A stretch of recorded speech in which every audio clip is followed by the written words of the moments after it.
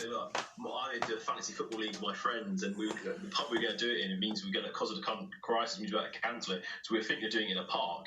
And I also play rugby in a park, a set team with strokers, and we've not been able to play because of some of the littering, do even practice and stuff. So I mean, I welcome it. The only thing I'd say is that, look, one of the real big problems, and I remember this from a kid, is that used to actually, lots of council staff used to do this, and over the last 30 years, there's been a lot of privatisation and cutbacks of council budgets. And then where you used to have park gardens and dedicated litter picking teams, and it's now been outsourced and privatised, and therefore it's been cut back. You don't get as much. So it's great to have voluntary doing. I mean, we have that where I live. People who volunteer to look after friends of parks and greens. But the important thing is that this is a requirement here from the state to do it, and for these are looking after your local areas and community areas should be something the state naturally does. There's jobs in this as well, and well-paying ones. So in the current COVID crisis, I don't see why we should be thinking about giving more money to local councils, but also looking about how we get more people to help clean up Britain, literally.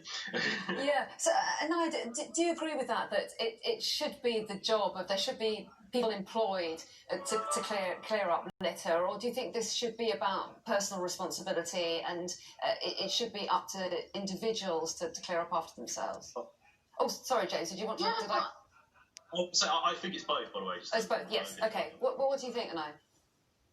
Yeah, no, I would agree. I think it is both, but I do welcome, the Prime Minister, encouraging people to take personal responsibility, and I think that it's all our responsibility to keep clean our environment and make sure that everything is, tidy. But on top of that, I also welcome just seeing that more people are going out and enjoying themselves, and that is unfortunately some of the consequences of that. There is some litter, but if we all take our part in making sure that that is clean and tidy, then I think that that's a very positive thing.